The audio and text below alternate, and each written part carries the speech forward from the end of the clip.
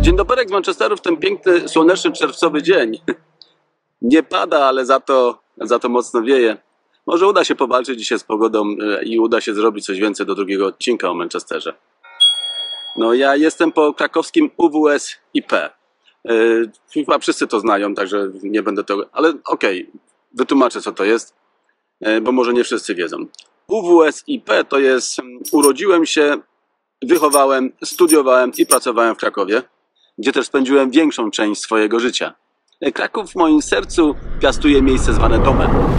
I tu nasuwa się pytania, może i pytania. Czy można mieć więcej niż jeden dom? Czy znajduje się na tyle miejsca w sercu, żeby wcisnąć jeszcze jeden dom? A co jeśli kocha się tylko raz? I co najważniejsze, prawdopodobnie starych drzew się nie przesadza. Na te jakże palące pytania wielu próbowało odpowiedzieć latami. Prowadzone były nawet badania w różnych ośrodkach badawczych całego świata. Jednym z tych ośrodków, który zasługuje na uwagę, to jest ośrodek na własnych 4 literach, gdzie badania prowadził i nadzorował profesor Czabyło. A trzeba było zostać, albo trzeba było jechać, albo trzeba było powiedzieć. Oczywiście możecie dołożyć własną cegiełkę do subiektywnych badań profesora Czabyło, do czego serdecznie zachęcam w sekcji komentarze, ponieważ profesor Czabyło prowadzi szeroko zakrojone badania na całym świecie i profesor Czabyło nie z jednego piekarnika ciasteczka wyciągał. W moim przypadku profesor Czabyło pokazał kierunek i powiedział: leć i pokaż, jak jesteś kurna mądry. I tak tu zaraz wrócisz z płaczem, bo wszędzie dobrze, gdzie nas nie ma. I ruszyłem w te miejsce na ślepo. Jedno z najbardziej kosmopolitycznych miejsc, zbudowane praktycznie na plecach emigrantów, Manchester. Ja załapałem się na drugą falę emigracji, 2013-2014 rok, i od tego czasu jestem tutaj. O tej zmianie życia, praktycznie wszystkiego, języka, wykonywanego zawodu, nawet jeżdżenia po złej stronie ulicy, opowiem później, bo teraz jest czas na bajeczki, ploteczki i fakty.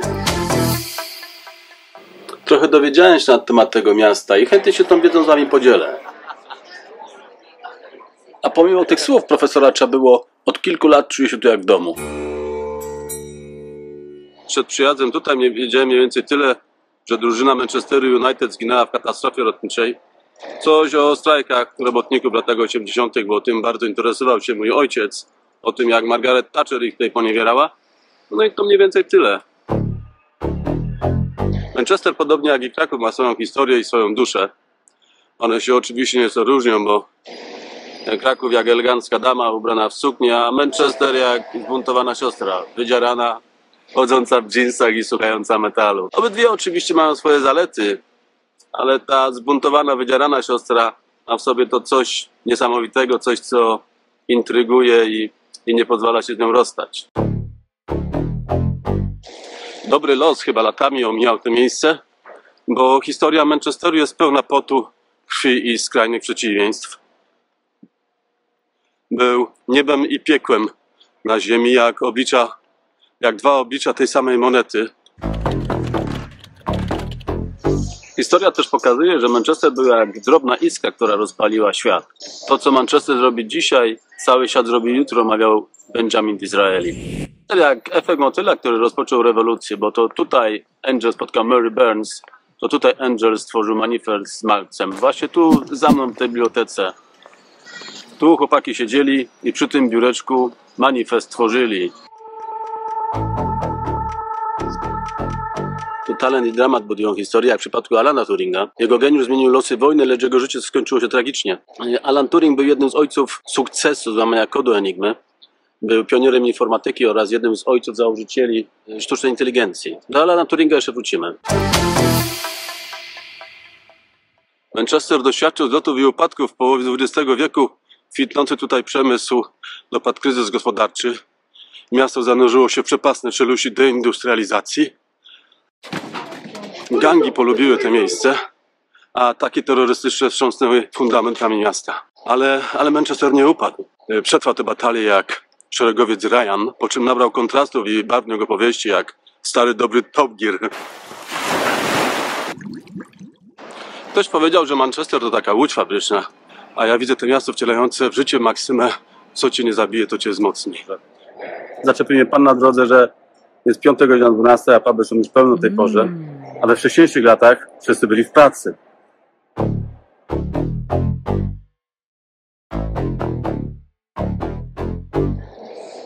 Czerwiec to mój ulubiony miesiąc, ponieważ jest to czas moich urodzin i imienin. Tu wakacje już czuć w powietrzu. Zazwyczaj weekendy spędzam na zakupach, tak jak na przykład tutaj w tym miejscu za mną, to jest Arndale. Miejsce, w którym kupisz praktycznie wszystko. W 1996 roku odbywały się tutaj rozgrywki Euro pod nazwą Futbol wrócił do domu. Czerwcowy, sobotni poranek, parę minut po godzinie 9 w to miejsce wjechała czerwona-biała ciężarówka. Około godziny 9:20 dostała mandat za parkowanie. No, nie ma lipy, porządek straży musi być. O 9:40 w lokalnej telewizji zadzwonił telefon, a męski głos w słuchawce szczegółowo poinformował, co się będzie działo w ciągu najbliższej godziny.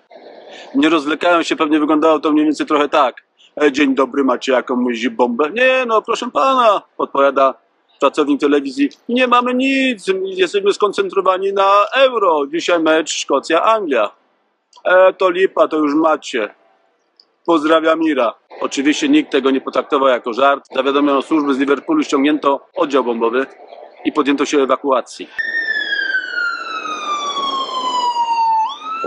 Prawie 1600 kg ładunku wybuchowego, głównie Semtexy, zapakowano na Forda Cargo. Jeżeli wyobrazisz sobie Jelenią Górę, kiedyś to było miasto wojewódzkie, 78 000 mieszkańców. Wyobraź sobie, że całe to miasto zostanie ewakuowane w ciągu godziny. No już słyszę te głosy. Panie, gdzie mój samochód? Panie, gdzie moja żona? Gdzie moje dzieci? Co ja zrobię z tym? Co ja zrobię z tamtym? Tutaj w ciągu godziny ewakuowano 75 do 80 tysięcy ludzi, według różnych źródeł. Mieszkańców, kibiców, turystów. Sam parking tutaj w Arndale ma około 10 czy 11 pięter. Pracownicy jednego ze sklepów, zamiast podjąć się ewakuacji, sami zaczęli pomagać ewakuować ludzi niepełnosprawnych. No nie wiem, jak ja bym postąpił, bo nie wiem, czy można byłoby uwierzyć komuś, kto podstawił bombę i powiedział, że za godzinę wybuchnie. No chyba bym pełnymi gaciami śmigał do domu, jak najdalej stąd, zostawił wszystko i uciekł. No, o godzinie 11:17 eksplodowała bomba. Zwyczajnie brakło czasu, żeby ją rozbroić. To był największy ładunek wybuchowy w Wielkiej Brytanii od czasu II wojny światowej. Pomimo kordonu policji 400 metrów od tego miejsca, wybuch był tak silny, że cywile i policjanci zostali ranni. Nikt tu nie zginął, ale około 212 osób zostało rannych. Mówi się, że Ira nie chciała ofiar w ludziach, dlatego też wybrała wcześniejszą godzinę, bo zwyczajnie było mniej osób w tym czasie. Taka ciekawostka, nikt za ten atak terrorystyczny nie poniósł konsekwencji. Pokażę wam jedynego świadka, który przetrwał te zdarzenia. To tutaj jest jedyny świadek tamtych dni. Bajeczki, ploteczki i fakty mówiły w tamtym czasie, że Royal Mile jest nie do zniszczenia. Paradoksalnie te ataki terrorystyczne przyczyniły się do ponownego rozwoju miasta, bo została wpompowana tu ogromna ilość pieniędzy, żeby to wszystko odbudować. I od tamtego czasu miasto wciąż się rozwija, stając się nowoczesną metropolią. Zabiorę was za chwileczkę też na Spinning Field, to ta część miasta, która jakby narodziła się w tamtym czasie. Tu jest miejsce, w którym był kolejny atak terrorystyczny, ale o tym wam nic nie opowiem. Chyba za bardzo emocjonalnie do tego podchodzę. Może nie za bardzo, po prostu z szacunku dla ofiar. A pokażę wam tylko, jak to wygląda.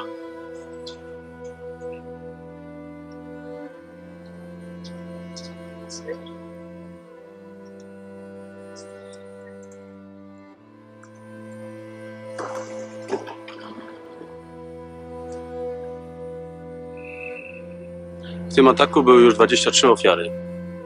Ale tak jak mówię, z szacunku do ofiar nie będę tutaj nic zabierał głosu.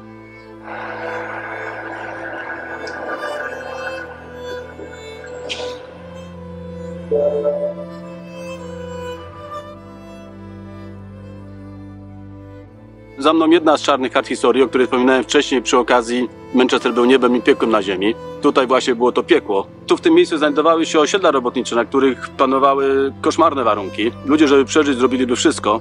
Prawdopodobnie to, co tutaj się działo, to nawet wyobraźnia ludzka tego nie ograniczy. Gangi, prostytucja, walki bokserskie na śmierć i życie. Wszystko tylko po to, żeby przetrwać, przeżyć do kolejnego dnia. W tym terenie jest pochowanych 40 000 osób. Engels w swojej książce Położenie klasy robotniczej w Anglii napisał, że rozwój Manchesteru był szybki i przerażający. Prawdopodobnie, bo jakby lektury Engelsa są dla mnie zbyt ciężkie. Ale tutaj za mną znajdują się mogiły, albo inaczej nagrobki, prawdopodobnie grobów zbiorowych. No i myślę, że przede wszystkim dzieci, bo chyba największymi ofiarami tego całego rozwoju, tej całej dynamiki były dzieci.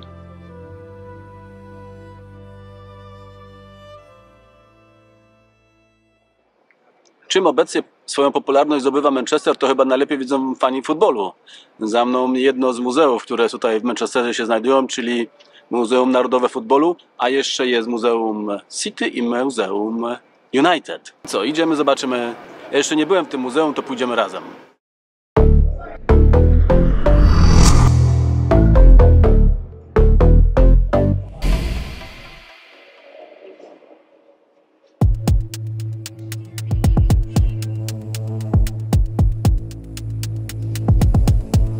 Wiedzieliście, że futbol dla kobiet był zakazany przez pewien czas w Anglii? Ja się dowiedziałem właśnie.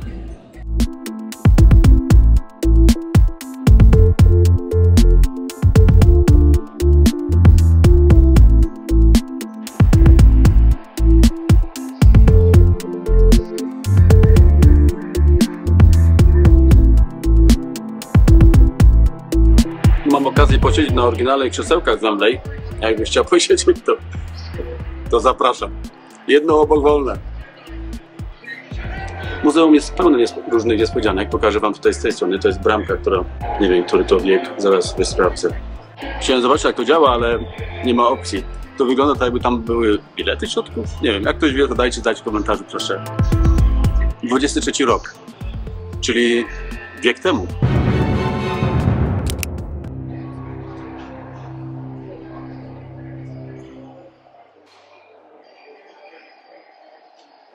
Szafeczka reprezentująca ubiory piłkarzy, cywilne ubiory piłkarzy. Lata 1990, 1950 i 2010.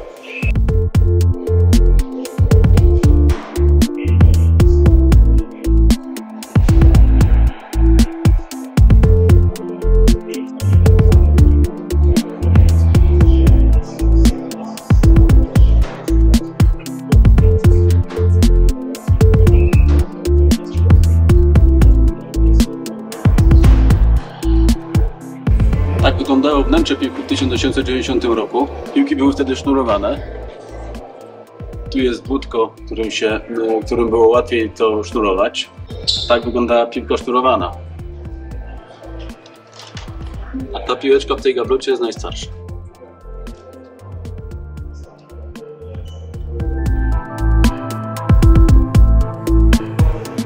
Nawet czapeczka Petra Czecha się tu znalazła.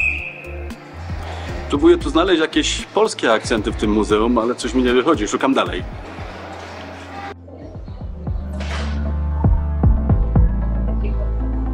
Duchowa uczta dla każdego miłośnika futbolu. Prawdaż? Jest u tego troszkę. Angielscy kibice byli dobrze znani na całym świecie. Ciekaw jestem, jakim wyposażeniem fikuśnym mogliby się pochwalić, poszczycić nasi kibice. Kto szuka, ten znajdzie. Szukaliśmy i znaleźliśmy. Oto polski akcent w muzeum.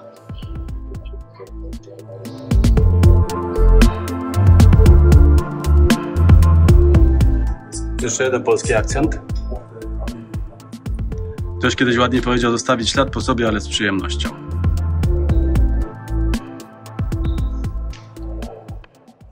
Daję piekło, co ty mi da? O piekle już było, to wystarczy na ten czas. O piekle teraz będzie o niebie, jak już wspominałem wcześniej. Będąc jeszcze w Polsce, prowadziłem działalność, prowadziłem swoją firmę i do prowadzenia mojej firmy był mi niezbędny magazyn. Wszyscy, ale to kompletnie wszyscy mogą w 100% z ręką na sercu potwierdzić, że mój magazyn nie wyglądał tak. Jest to magazyn Jamesa Wattsa opisany przez Dickensa jako pałac kupiecki Europy. W Izraeli, o którym wspominałem już wcześniej, to był brytyjski premier w tamtym czasie, miał napisać, że aby zobaczyć Anglię, trzeba odwiedzić Manchester. To był magazyn wybudowany przez Jamesa Wattsa na potrzeby swojej firmy w latach 50. XIX wieku. James Watt zaczynał swój biznes w małej chacie tkackiej, a sam wszystkiego dorobił się własnymi rękami, nawet tytułu szlacheckiego. Na przełomie wieków XIX i XX dochód Jamesa Wattsa był większy niż PKB Hiszpanii. Taki mąż to skarb. Niestety już nie żyje. Może nam się uda coś zobaczyć w środku. Spróbujemy zobaczyć. Pozwolili mi tu chwilkę nakręcić, ale tylko schody. A zobaczcie u góry, co się tu działo. Jaki wystrój. Prawdopodobnie ten wystrój oryginalny był jeszcze bogatszy od tego, co tutaj widzimy. Wraz z upadkiem Cotonopolis posypał się też i przemysł bawełniany tutaj w Anglii, tutaj w Manchesterze. Budynek chciano wyburzyć w latach 70. W 1972 roku był praktycznie już do wyburzenia, ale w latach 80. został adoptowany na hotel i tak to trwa do dzisiaj. Początkowo zaczęto od 25 pokoi, a teraz jest ich ponad 300. Idziemy, zobaczymy drugie oblicze nieba. Przejdziemy teraz szybciutko na Spinning Field. Tam wam pokażę coś fajnego. Na piekło były 2 przykłady, to też na niebo będą 2 przykłady.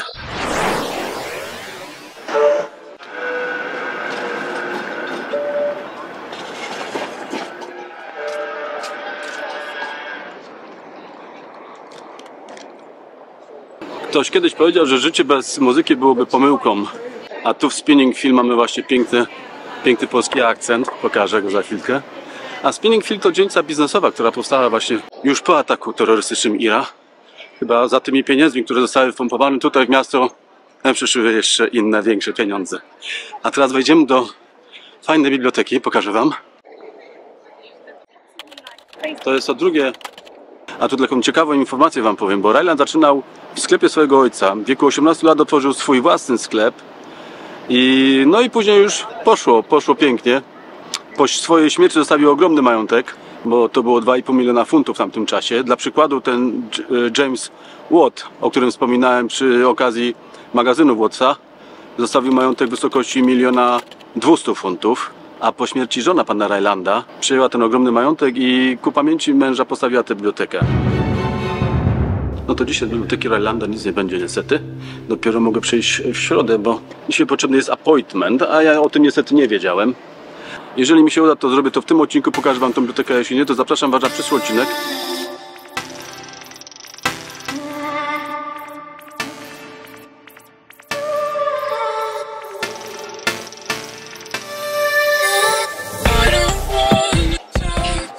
No samo wejście już robi wrażenie.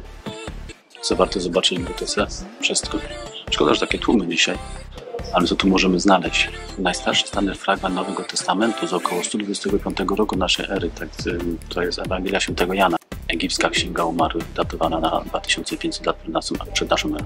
No, Biblia Gutenberga, jedna z pierwszych książek wykonana w Europie z ruchomej czcionki, cokolwiek to znaczy. Zalecenie jest takie, żeby zbiorów nie filmować. Znaczy nie wszystkich, bo chodzi o prawa autorskie. Nie wiem, czy mnie tu dobrze słychać. Taka ciekawostka od rodziny księżnej Diany, od jej przodków. Żona pana Rylanda zakupiła zbiory. Na tamten czas 210 tysięcy funtów. Za 100 tysięcy funtów powstał Pałac Kupiecki Europy.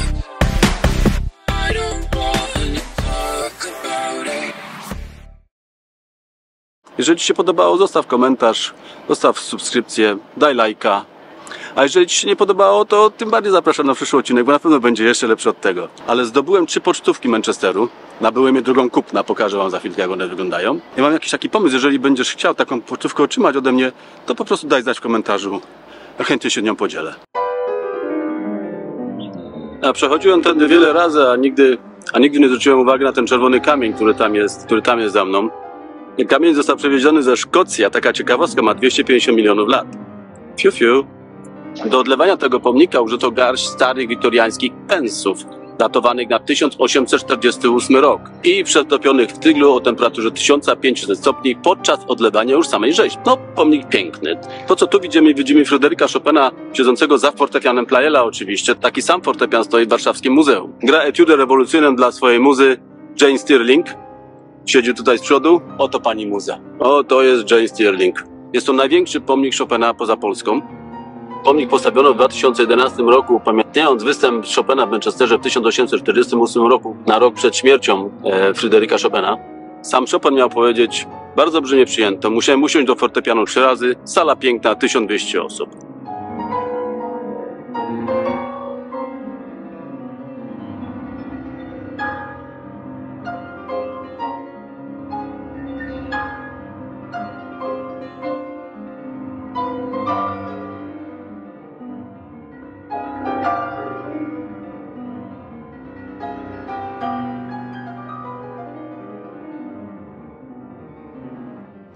Ile razy tędy przechodziłem, to aż szczerze nie wiem, ale wiele.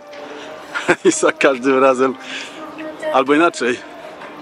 Nigdy nie zwróciłem uwagi na ten czerwony kamień, który ma 250 milionów lat i przybył tu ze Szkocji. No a zobaczcie, co jest na tym czerwonym kamieniu.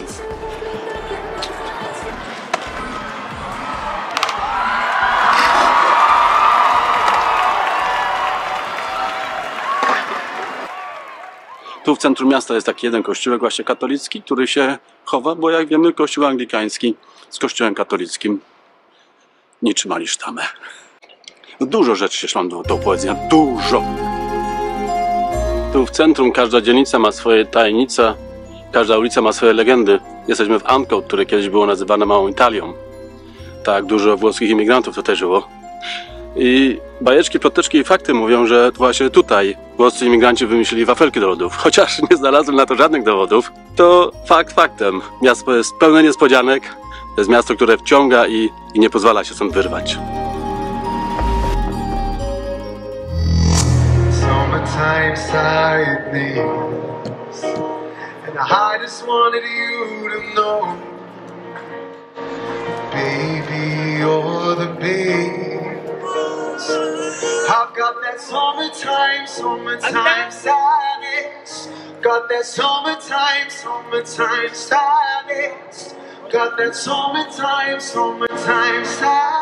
Oh, oh, oh, oh, oh. Thank you. Pocztóweczki, o których wspominałem, to jest jedna, to druga, a tu jest trzecia. Daj znać w komentarzu, jeśli chcesz. Na razie.